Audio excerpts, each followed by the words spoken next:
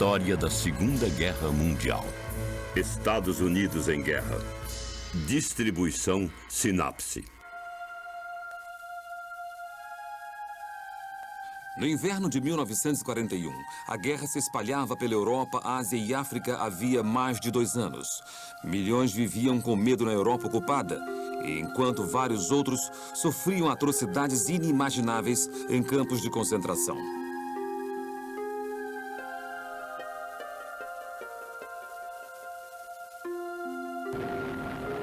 Na África, continuava a luta entre as potências aliadas e do eixo, enquanto na China, os bombardeios de terror japoneses continuavam a destruir a nação.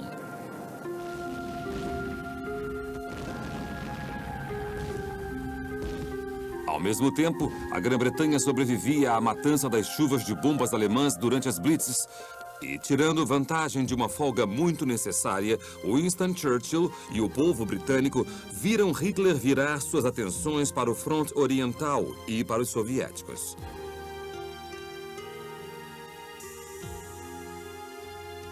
Parecia que o mundo inteiro estava entrando na sombra negra do conflito, mas os Estados Unidos assistiam aos eventos de longe. Apesar do fato de se prepararem para se unir aos aliados na batalha há algum tempo, somente em dezembro de 1941, os eventos levariam o presidente Roosevelt e o povo americano a entrarem na guerra. Quando bombardeiros japoneses passaram por cima de Pearl Harbor, em um violento e devastador ataque, milhares de militares foram mortos e a frota naval americana baseada lá foi dizimada.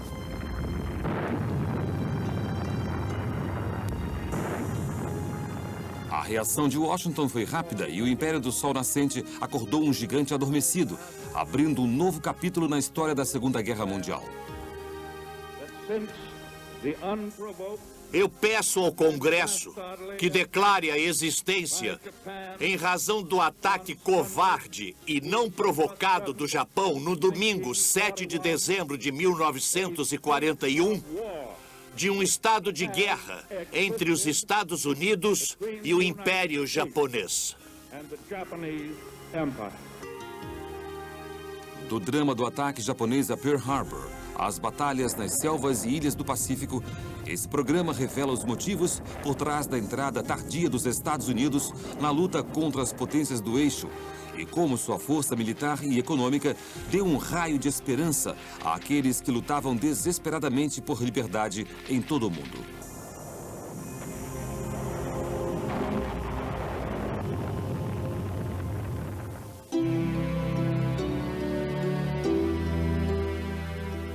Os Estados Unidos eram conhecidos há tempos como a terra da fartura, dos rios cheios de ouro e de vastos territórios ricos em recursos naturais, onde grandes cidades transpiravam riqueza. O país tinha espalhado sua riqueza de costa a costa. Para muitos que fugiam para lá como imigrantes, os Estados Unidos eram vistos como um lugar onde os sonhos realmente se realizavam. Mas, apesar da abundância de empregos, de terras e de recursos, depois da Primeira Guerra Mundial, até a poderosa Terra da Liberdade teve seus problemas. Quando Wall Street quebrou em 1929, foi um golpe pesado na economia um dia florescente. As filas de pessoas atingidas pela pobreza, procurando empregos, começavam a se formar nas ruas. E outras nações logo seguiriam os Estados Unidos em um período negro de confusão, enquanto o mundo encarava os dias desesperados da Grande Depressão. Os problemas econômicos iam longe e, do outro lado do Atlântico, na Europa, a Alemanha, ainda estremecida por ter que pagar por sua derrota depois da Primeira Guerra Mundial, foi particularmente atingida. A inflação subiu e, quando a economia congelou, milhões de pessoas faliram. A nação alemã mergulhou na pobreza e uma população descontente foi atraída pelas promessas do Partido Nazista, liderado pelo ardorosamente patriótico Adolf Hitler, que jurava criar uma nova era de riqueza e abundância. Seus discursos acalorados logo cativaram o povo alemão e Hitler rapidamente chegou a uma posição de poder inatacável.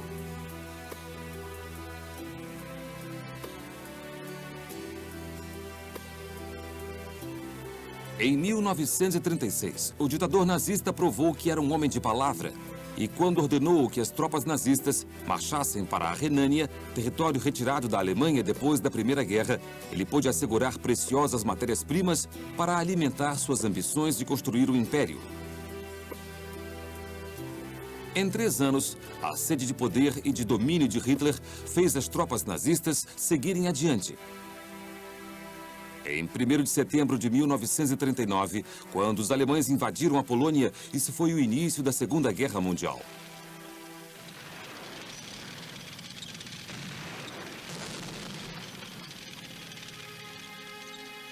Enquanto nações se entregavam a Hitler, caindo como dominós por toda a Europa, e os nazistas iam mais para o oeste, do outro lado do mundo, no leste do Pacífico, os japoneses assistiam os impérios ocidentais ruírem. Seu pequeno reino também foi afetado pela depressão que engoliu o mundo. E depois da quebra de 1929, os rendimentos japoneses caíram em 2/3 e os bancos executaram hipotecas de vários negócios. O valor do iene continuava a cair. E com poucos recursos naturais próprios, o Japão encarava uma crise na escala da alemã. E, como os alemães, os japoneses começaram a lutar para sobreviver. Propagandas de direita começaram a fazer pressão pela invasão da Manchúria, no leste da China, para assegurar o suprimento de matérias-primas para abastecer a economia. Em 1931, o Exército Imperial do Japão deu os primeiros passos para criar um grande império oriental.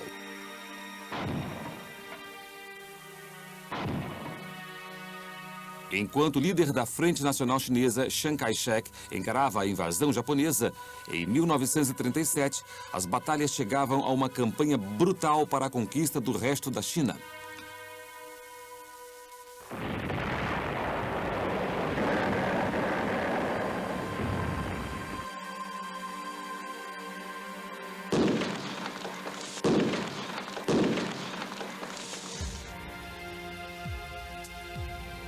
No fim de 1938, o Japão tinha em seu poder 9/10 do Sistema Nacional de Ferrovias e controlava toda a costa da China.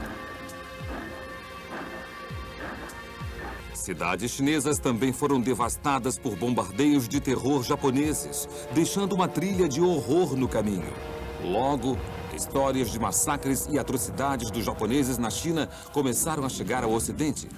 Depois de mais de 5.000 civis serem mortos em Chongqing, em maio de 1939, os Estados Unidos impuseram suas primeiras sanções econômicas ao Japão.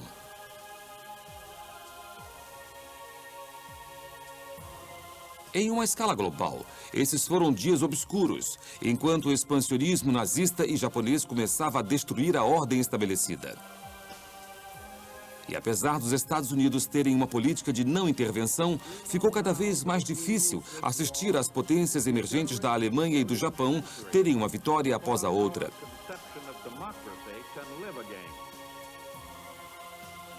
A situação se agravou quando o Japão selou uma aliança com Adolf Hitler e o ditador italiano Benito Mussolini no Pacto Tripartite de setembro de 1940.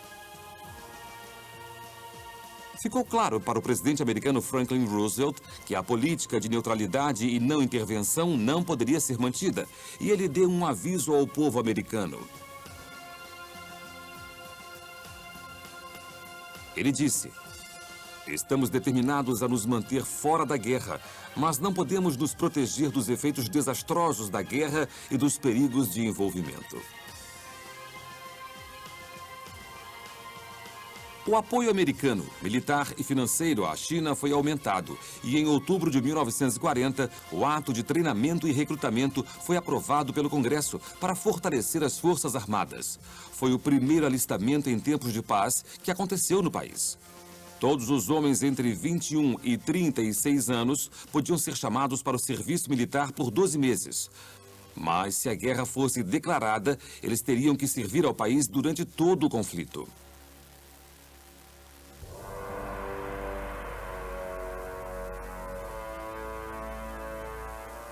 Com territórios americanos para garantir no Pacífico, como as Filipinas e Guam, um programa também foi pensado para aumentar a presença militar na área. 。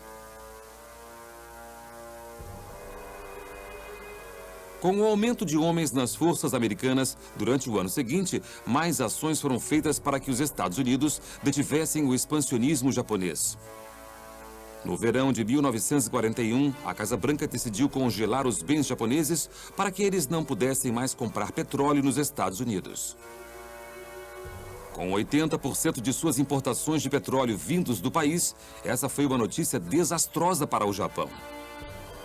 O imperador Hirohito foi informado de que os estoques de petróleo do país acabariam totalmente em 2 anos, o que significaria que a máquina militar japonesa não poderia mais funcionar.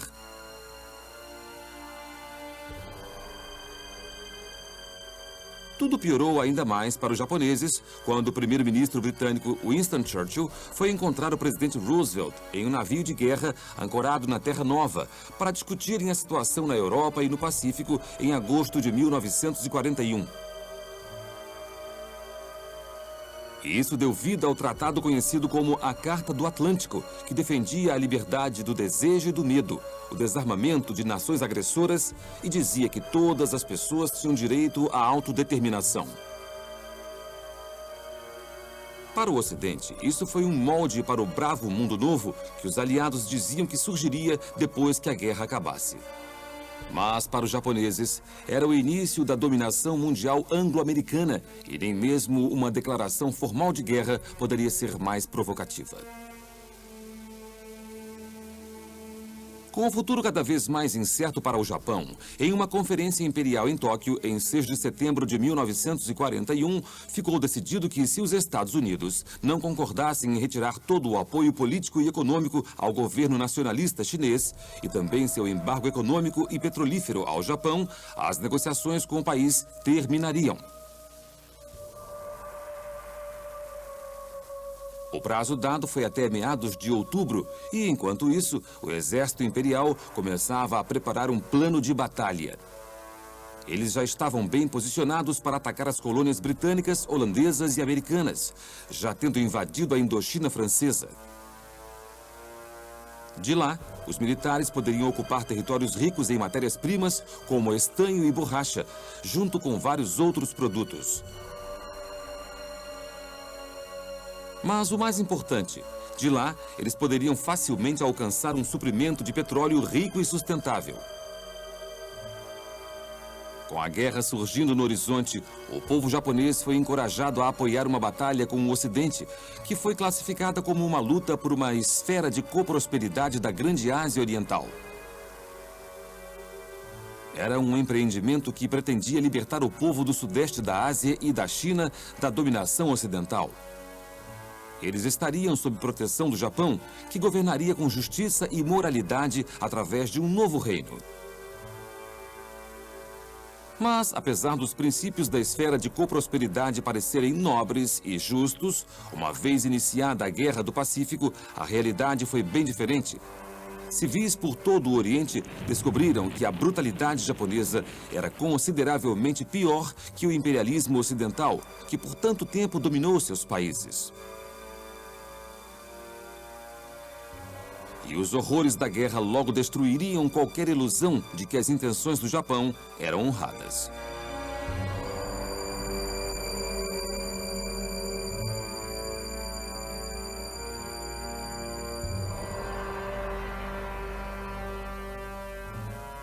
Diante da perspectiva de futuras batalhas, nem todo mundo em Tóquio queria entrar em uma guerra. O primeiro-ministro japonês, Fumimaru Konoe, havia apoiado a ideia de uma esfera de coprosperidade. Mas, com a continuação do conflito na China, ele temia ser impossível vencer uma guerra em 2 fronts. Então, queria continuar negociações com os Estados Unidos. Ele pediu uma reunião com o presidente Roosevelt para discutir as questões e para manter as facções pró-guerra à margem, até que uma solução pacífica pudesse ser encontrada. Mas Roosevelt se recusou a fazer a reunião se o Japão não saísse da China. Para os militares japoneses, o conceito de retirada nem era considerado. E para sempre seria visto como uma mancha humilhante na glória do Império. Os suprimentos de petróleo gradualmente diminuíam. O prazo até outubro se aproximava e parecia improvável que um acordo fosse alcançado.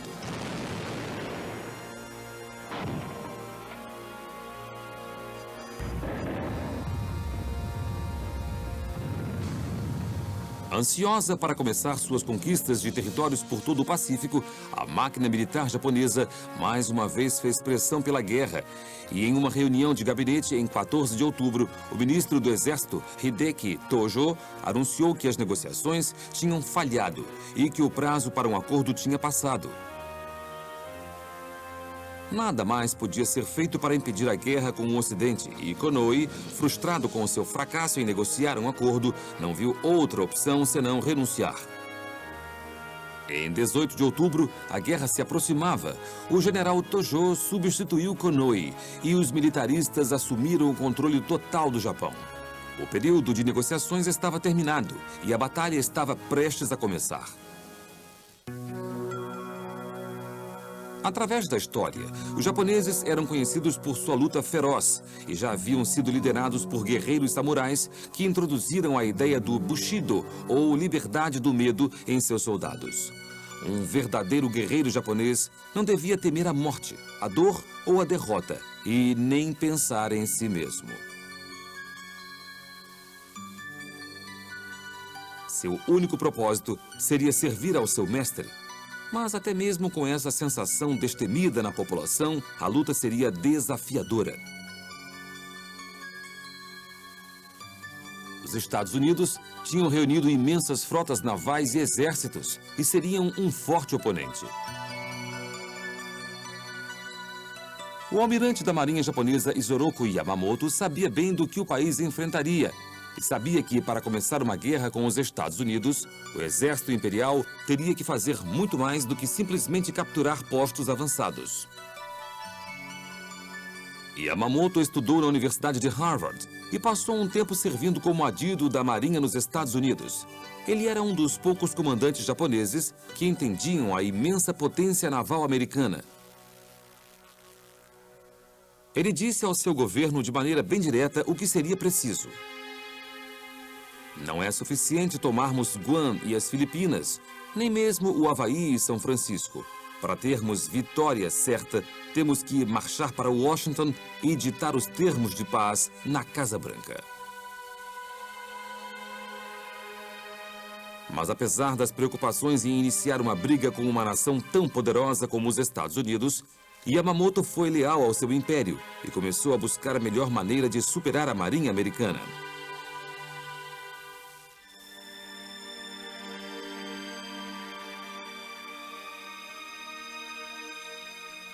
Em outubro de 1940, ele tinha observado os britânicos bombardearem a frota italiana em Taranto, com torpedos especialmente desenvolvidos para funcionar nas águas rasas da Baía Italiana. Foi o primeiro ataque desse tipo e ele foi uma inspiração para o almirante japonês. Ele percebeu que, mais do que esperar os destroyers americanos chegarem ao Pacífico, os aviões do Japão Imperial podiam ser mobilizados para um ataque surpresa à frota americana, destruindo-a antes que ela fosse enviada para a guerra.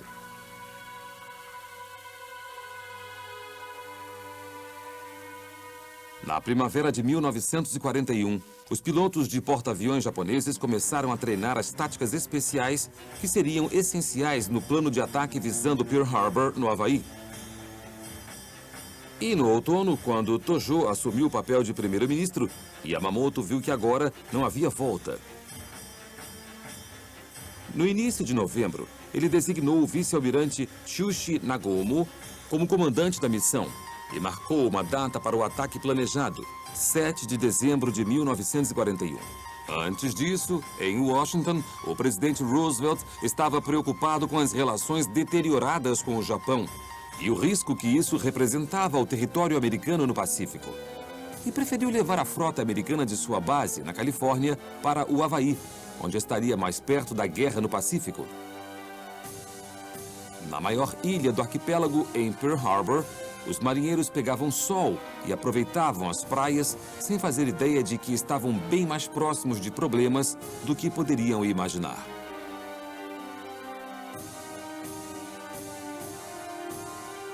Mas enquanto os marinheiros aproveitavam o paraíso havaiano, a inteligência ocidental fazia descobertas perturbadoras.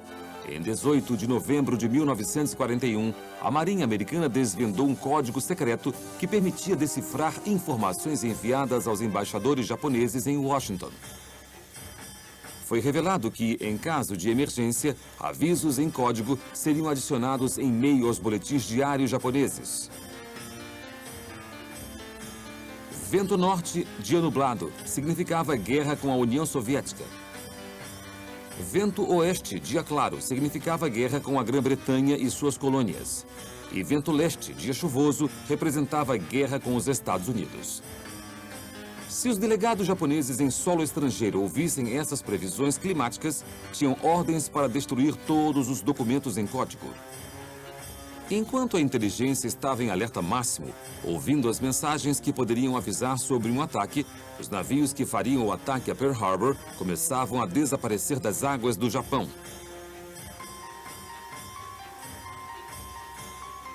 Eles seguiam para seu ponto de encontro nas geladas Ilhas Kurilas, ao norte do Japão. Mas, apesar dos movimentos começarem a ser monitorados, a inteligência ocidental ainda apenas suspeitava de um ataque no Pacífico e mal fazia ideia do terrível perigo que a frota da Marinha Americana em Pearl Harbor corria. Enquanto isso, a charada diplomática continuava entre Japão e Estados Unidos. E em 20 de novembro, o embaixador japonês nos Estados Unidos, Nomura, apresentou o ultimato final do Japão ao secretário de Estado, Cordell Hull, exigindo a restituição dos suprimentos de petróleo ao Japão e a cessação de ajuda à China. Hull se recusou a aceitar e, mais uma vez, exigiu que todos os soldados japoneses fossem retirados da China.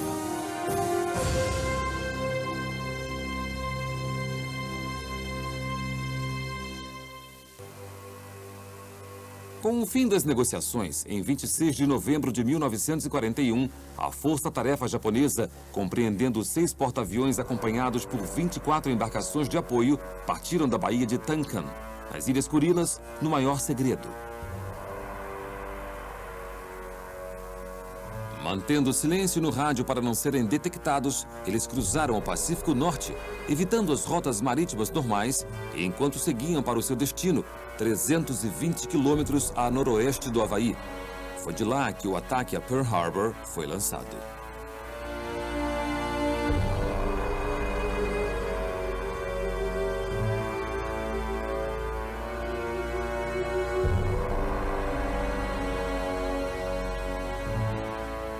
Recebendo a resposta de Cordell Hull, em 1º de dezembro, o imperador japonês Hirohito fez uma reunião para anunciar que a decisão de declarar guerra contra os Estados Unidos tinha sido tomada e que o tempo para negociações havia acabado.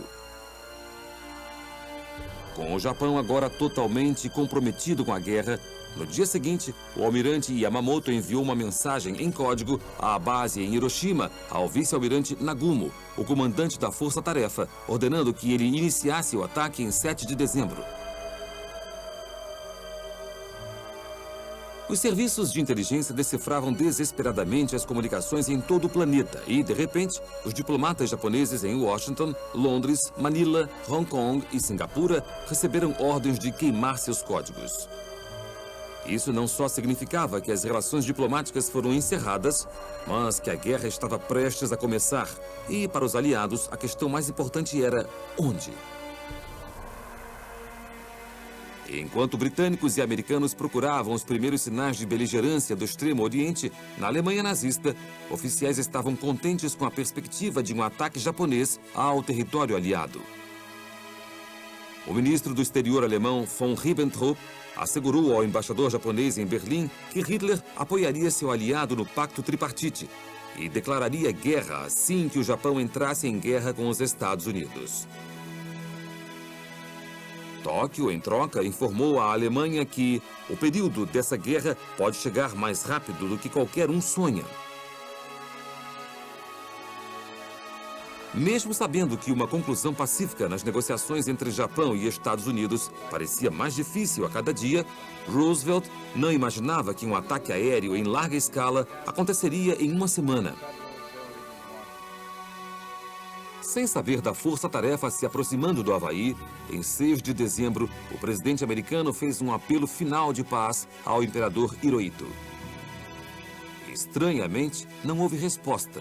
Mas, mais tarde, naquele dia, a inteligência americana interceptou uma mensagem japonesa em 14 partes e decifrou as primeiras 13 partes. Elas revelavam que a proposta do secretário de Estado Hull foi rejeitada. Mas a mensagem estava incompleta e somente no dia seguinte chegaria a crucial 14ª parte. Enquanto isso, a vida seguia normalmente no Havaí. Marinheiros americanos estavam na praia, aproveitando o paraíso tropical, jogando futebol ou golfe. E na noite de 6 de dezembro, enquanto marinheiros relaxavam nos bares e boates, muitos dançavam ao som dos músicos da Marinha em uma disputa de bandas. Acordados até altas horas, poucos estariam preparados para a investida que viria. Mas, com a passagem da noite para o dia, os primeiros sinais surgiam no horizonte.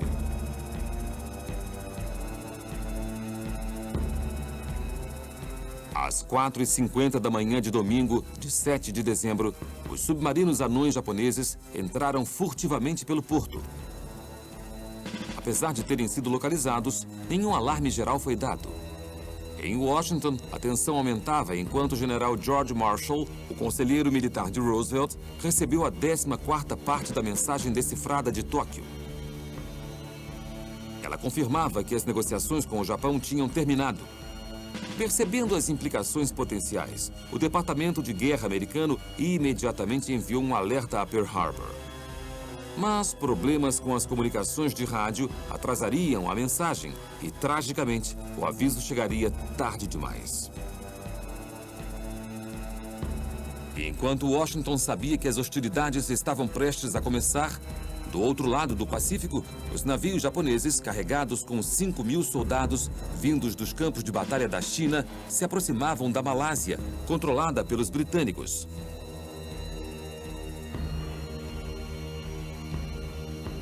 Logo, os soldados invadiam as praias e o território aliado, e a guerra no Ocidente começava.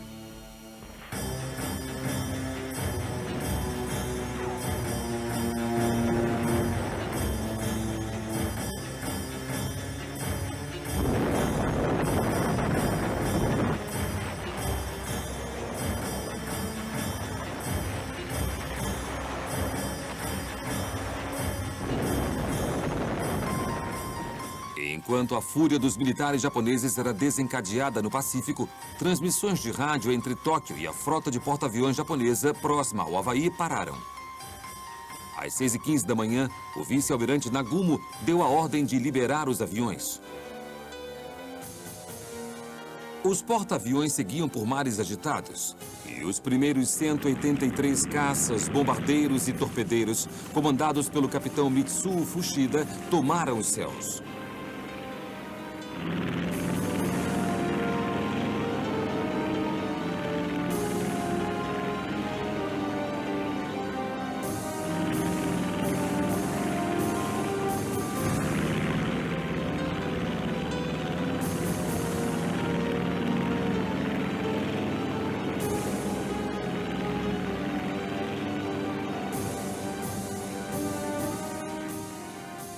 Essa enorme formação incluía bombardeiros, que miravam os navios de guerra e os porta-aviões, seguidos de caças de mergulho para atacar as aeronaves em terra na ilha Ford e na base aérea de Wheeler.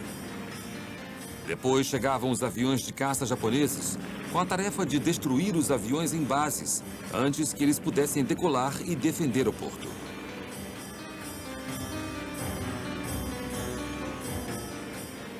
Usando a música de uma estação de rádio de Honolulu como guia de navegação, os aviões inimigos começaram a se aproximar de seu alvo. Na base naval havaiana, o alarme ainda não tinha soado e as pessoas estavam dormindo ou aproveitando a tranquilidade de uma manhã preguiçosa de domingo. E então, Para o espanto de quem estava no porto, antes das 8 da manhã, a primeira onda de assalto japonesa escureceu os céus e a calma foi destruída.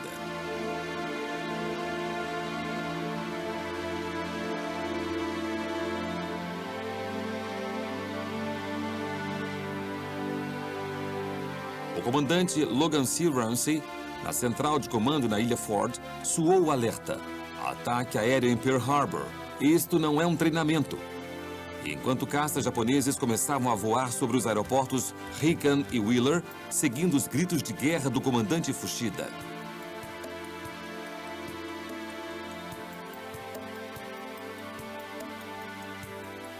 Os americanos, acreditando não haver ameaça iminente, fizeram poucos esforços para se prepararem para um ataque.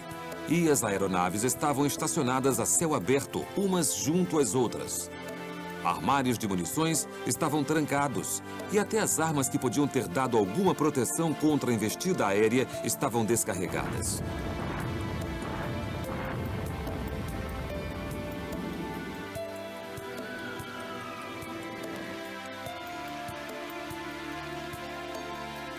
Uma chuva de bombas foi liberada nos aeroportos. Os japoneses mal podiam acreditar em sua sorte.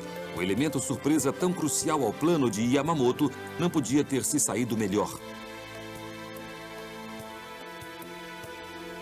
Não havia sequer uma rede caça-torpedos para proteger os navios de guerra americanos. Enquanto as ondas de bombardeiros começavam a se aproximar da frota, os torpedos, desenvolvidos para atravessar as águas rasas de Pearl Harbor, devastavam um alvo após o outro. Dos mais de 90 navios ancorados em Pearl Harbor, o principal objetivo dos japoneses era atingir as embarcações atracadas na fileira de navios de guerra ao longo da margem sudeste da ilha Ford.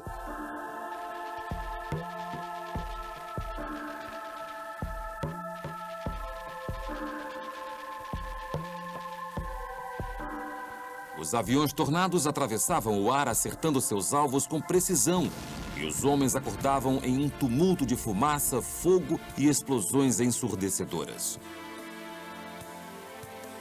Os navios de guerra tiveram poucas chances de defesa e, nos primeiros minutos de ataque, todos os 7 ancorados na praia foram bombardeados e torpedeados. 2 afundaram e o navio Arizona explodiu em uma bola gigante de fogo depois de uma bomba anti-blindagem por fogo em seu depósito de munições.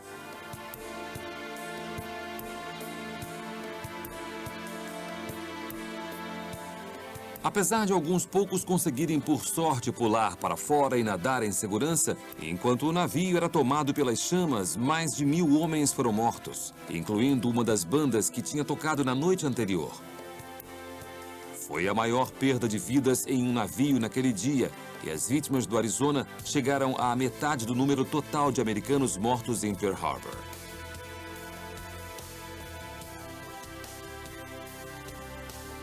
Em meio ao pandemônio na base naval, 30 minutos depois do primeiro ataque, houve uma calmaria curta na investida furiosa antes de uma segunda onda de aviões japoneses aparecer no porto. Agora, em toda Pearl Harbor, civis que acharam que as explosões fossem parte de manobras militares, rapidamente perceberam que estavam sendo atacados. O elemento surpresa passou e as tropas americanas agora sabiam o que estavam encarando. O fogo antiaéreo começou a responder aos ataques e alguns marinheiros recorreram a metralhadoras e pistolas, lutando desesperadamente contra os mísseis caindo do céu.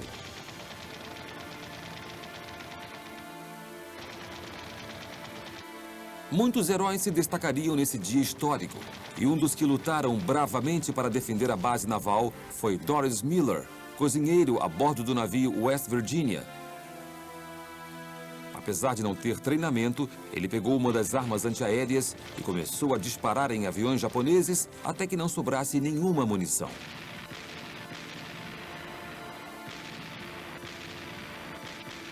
Mas, apesar da bravura de Miller e de todos aqueles que lutaram contra a investida, as vítimas entre pilotos de Nagumo seriam poucas, comparadas às devastadoras perdas americanas.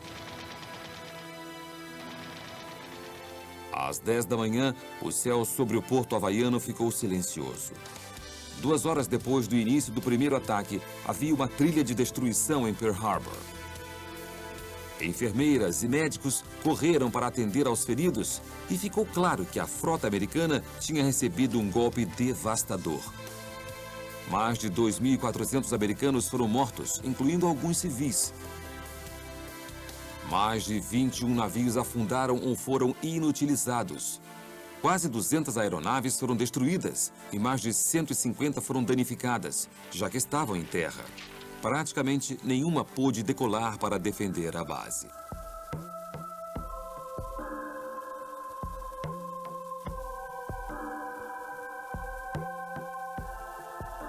Os Estados Unidos podiam ter sofrido mais perdas se os oficiais de Nagumo tivessem seguido o plano. Quando a segunda onda de aviões voltou do Havaí, eles tinham ordens para uma terceira onda de ataques para destruir as capacidades de recuperação da frota americana e as vastas reservas de petróleo que ficaram intocadas. Mas com pouco combustível e o risco de uma retaliação de bombardeiros americanos, o almirante Yamamoto não quis arriscar ter mais perdas e ordenou que os navios voltassem para casa. Essa foi uma decisão que custaria caro ao Japão. Apesar da cena em Pearl Harbor ter sido de total destruição, a maioria dos navios enfileirados foi milagrosamente poupada e, em algum momento, entraria em batalha contra o Japão na Guerra do Pacífico.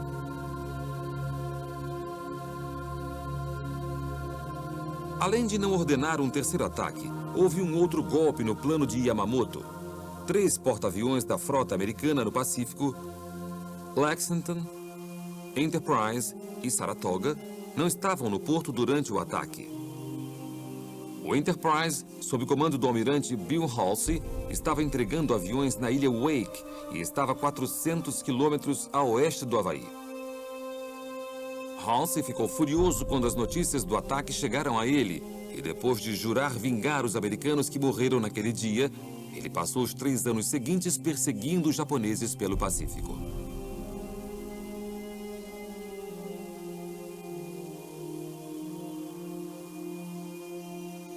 Longe dali, em Washington, as notícias do ataque a Pearl Harbor chegaram a Roosevelt e ao secretário de Estado Cordell Hull.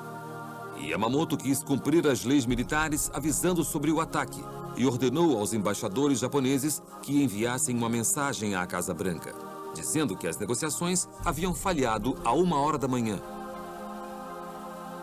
Seriam 7 da manhã no Havaí, o que seria um aviso de 1 hora de antecedência. A mensagem chegou 1 hora depois. E quando o enviado Nomura apresentou um documento formal, os aviões já voavam sobre a base naval havaiana. O secretário de Estado Hull ficou furioso e disse: "Em todos os meus 50 anos de serviço público, eu nunca vi um documento mais coberto por mentiras infames e distorções." Logo, o povo americano se uniria ao secretário de Estado em sua fúria quando soube do ataque pelos noticiários de rádio. Muitos programas de entretenimento das tardes de domingo foram interrompidos para anunciar a notícia dos trágicos eventos em Pearl Harbor. A notícia surpreendeu e enfureceu os Estados Unidos. Mas finalmente a nação se uniu ao presidente e estava pronta para entrar em guerra. Em 8 de dezembro de 1941, multidões se reuniram em frente à Casa Branca no momento que os aliados esperavam. O presidente Roosevelt fez um comunicado que foi transmitido para o mundo e o conflito global agora realmente estava em andamento. Acredito que interpreto a vontade do Congresso e do povo quando digo que não só nos defenderemos ao máximo, mas asseguraremos que esse tipo de traição nunca mais nos ameace.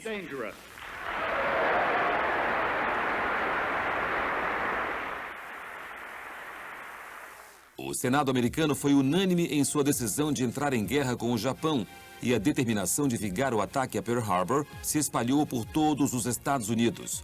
O movimento isolacionista anti-guerra acabou. Até o crítico mais feroz do presidente Roosevelt, Charles Lindbergh, declarou: "Nosso país foi atacado à mão armada e deve retaliar à mão armada."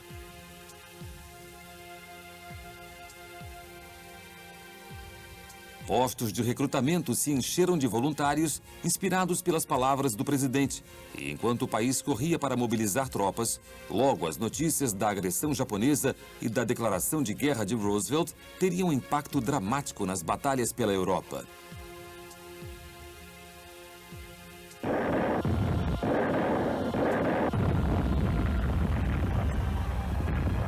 No fronte oriental, as tropas nazistas avançando em Moscou lutavam contra o Exército Vermelho de Stalin, defendendo furiosamente a capital. Com as temperaturas congelantes, milhares de alemães eram vítimas do rigoroso inverno russo. E, para Adolf Hitler, estava longe de ser o momento ideal para eles entrarem em conflito com outra nação, principalmente uma tão poderosa quanto os Estados Unidos.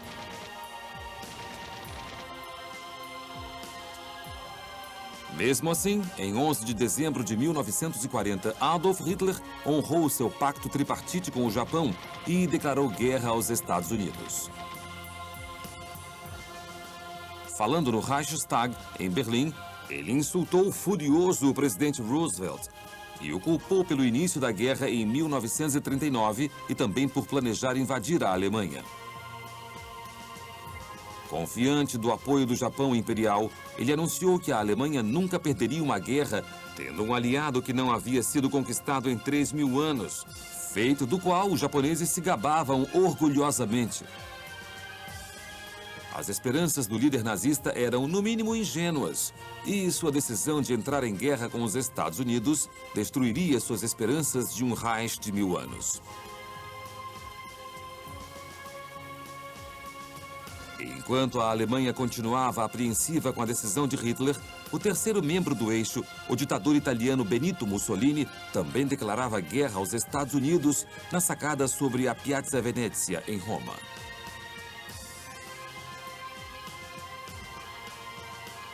A plateia aplaudia e ele dizia que as potências do Pacto de Aço estavam determinadas a vencer. As potências do eixo, Japão, Alemanha e Itália, se uniam contra Estados Unidos, Grã-Bretanha, França e seus aliados. E o mundo entrava num conflito realmente global e muito perigoso.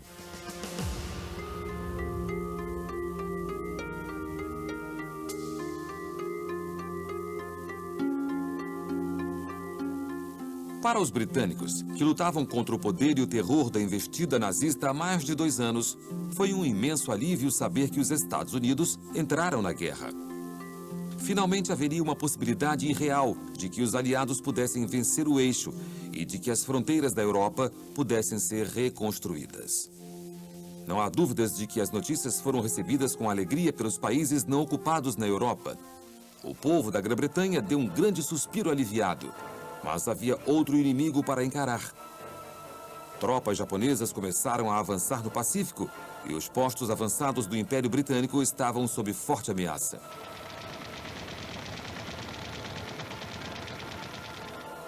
Depois da invasão japonesa à Malásia, a Marinha Real despachou os valiosos cruzadores Repulse e Príncipe de Gales, de Singapura, para oferecer ajuda. No entanto, os japoneses interceptaram o avanço e, em 10 de dezembro, um ataque aéreo destruiu e afundou os 2 navios. O primeiro-ministro britânico Winston Churchill recebeu a infeliz notícia e sua preocupação era evidente quando ele disse: "Nessa grande extensão de água, o Japão é supremo e nós, em toda parte, estamos pobres e nus." Não havia dúvidas de que a situação era grave para o futuro do Império Britânico. Os japoneses marchavam pela Malásia e, logo mais, postos avançados estariam sob ataque. Em 11 de dezembro, os japoneses invadiram o território britânico da Birmânia a partir de seu forte na Tailândia e 2 dias depois seguiram para Bornéu. As notícias do Extremo Oriente eram mais preocupantes a cada dia. E enquanto os japoneses incansáveis chegavam mais perto dos preciosos postos avançados de Hong Kong e de Singapura, as preocupações de Churchill de que o Império escapulisse rapidamente das mãos britânicas agora eram uma realidade inevitável. Nos Estados Unidos, o presidente Roosevelt estava igualmente preocupado com o destino do território americano no Extremo Oriente. 9 horas depois do primeiro ataque a Pearl Harbor, os japoneses começaram a bombardear a base americana nas Filipinas, que sofreria devastação ainda maior que a frota de Pearl Harbor.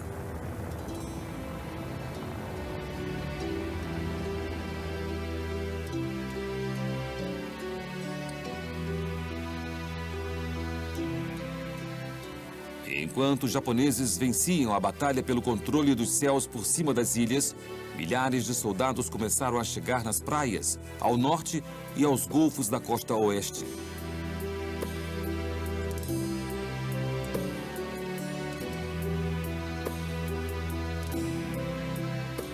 A tarefa das tropas americanas e filipinas, inexperientes e mal equipadas, foi no mínimo desafiadora, já que elas tentaram defender o que podiam contra os japoneses audaciosos na batalha.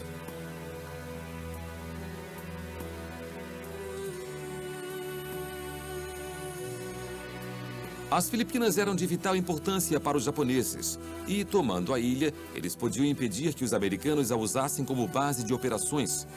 Mas, mais que isso, com as ilhas sob seu comando, o Império do Japão poderia controlar todas as linhas de comunicações entre Filipinas e outros territórios ocupados pelo Japão na região. Isso consolidaria sua posição de força e daria as condições perfeitas para que eles chegassem às Índias Orientais da Holanda. Era em território holandês que as reservas preciosas de petróleo poderiam ser encontradas. E em semanas, os japoneses estariam avançando para tomar os suprimentos dos quais precisavam tão desesperadamente para assegurar uma campanha de sucesso. Por enquanto, as tropas japonesas marchavam para dentro e o comandante americano encarregado da defesa das Filipinas, General Douglas MacArthur, se preparava para resistir com todas as forças que pudesse reunir. O inimigo avançava pela capital, Manila, e a situação ficava cada vez mais perigosa.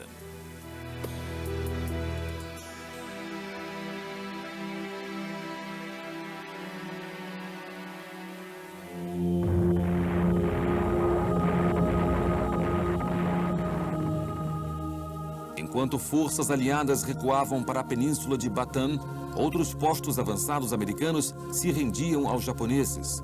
Depois de um bombardeio aéreo em 8 de dezembro, uma grande invasão aconteceu em Guam, superando rapidamente a resistência do pessoal americano baseado na ilha. No ano novo, a ilha Wake também seria tomada e os Estados Unidos perdiam rapidamente suas terras no Pacífico. Com a continuação do avanço pelo sudeste da Ásia, parecia que nada poderia parar a máquina militar japonesa. Soldados se espalhavam pelo Pacífico, mais países eram absorvidos para o novo Império Oriental e havia preocupações de que até a Índia e a Austrália logo estivessem sob ataque japonês. Com o crescimento do conflito, a decisão do almirante Yamamoto de retirar os navios de Pearl Harbor antes do terceiro e potencialmente decisivo ataque às frotas americanas rapidamente mostrou ter sido um grande erro. Quando a poeira começou a baixar em Pearl Harbor, operações de recuperação começaram a consertar navios que tinham sido danificados no ataque surpresa.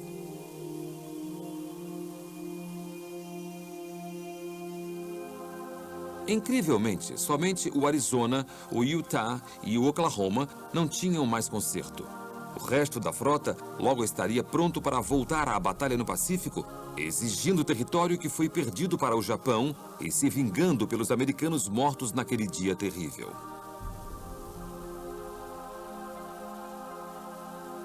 Mas quando os navios foram erguidos das águas rasas de Pearl Harbor, perguntas ainda eram feitas nos Estados Unidos.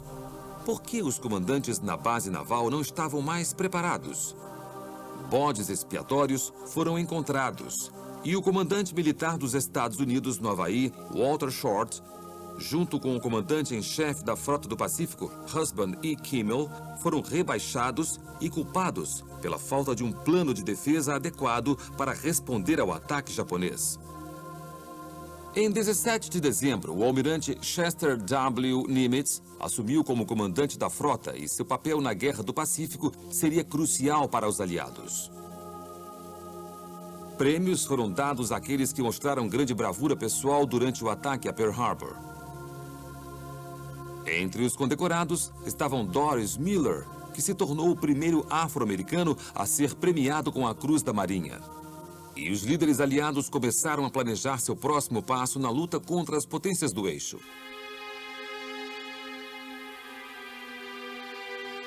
Em 22 de dezembro de 1941, Winston Churchill voou para Washington para ir à Conferência Arcádia e discutir estratégias com o presidente Roosevelt. A situação no Pacífico piorava a cada dia e, como temia o primeiro-ministro, os japoneses agora seguiam para Hong Kong. Apesar da pressão interna para que vingassem o ataque japonês a Pearl Harbor e os postos avançados em mãos do Japão no Pacífico, o governo americano acreditava que outras questões precisavam ser resolvidas primeiro.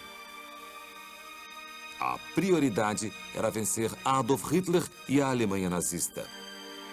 E depois da declaração de guerra de Hitler aos Estados Unidos, dias depois de Pearl Harbor, essa decisão se tornou mais politicamente aceitável. Churchill se manteria na Casa Branca até janeiro, mas enquanto as estratégias eram aperfeiçoadas e as semanas passavam, o povo vivendo e lutando no Pacífico sabia bem do terror que a esfera de coprosperidade da Grande Ásia Oriental começava a simbolizar.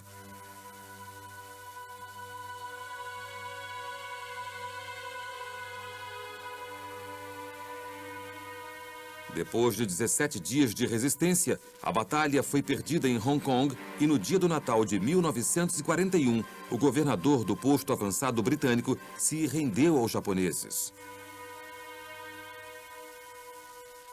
A situação nas Filipinas também se deteriorava em grande velocidade e um dia depois da rendição de Hong Kong, Manila foi declarada uma cidade aberta.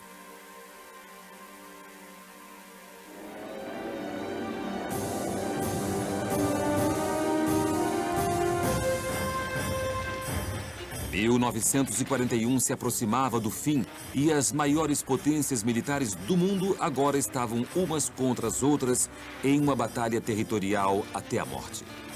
E nos próximos 4 anos, exércitos de milhões lutariam no ar, no mar, nas cidades e na selva.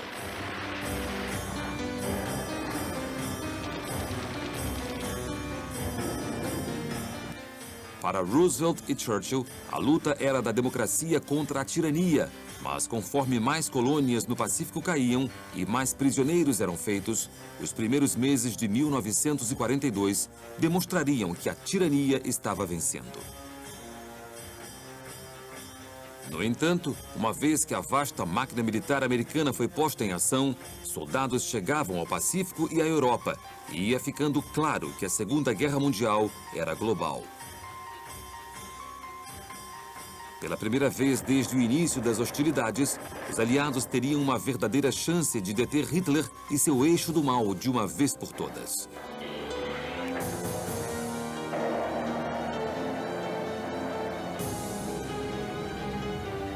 O Pacífico lutava para se manter e Pearl Harbor foi só o início de um conflito em que as batalhas mais brutais da guerra seriam travadas. Mesmo depois do pequeno império japonês ter alcançado pequenos milagres em sua luta contra os gigantes ocidentais no inverno de 1941, o almirante Yamamoto, o homem que planejou o ataque a Pearl Harbor, sabia que os sonhos do Japão imperial logo seriam destruídos e que, na verdade, sua guerra já estava perdida.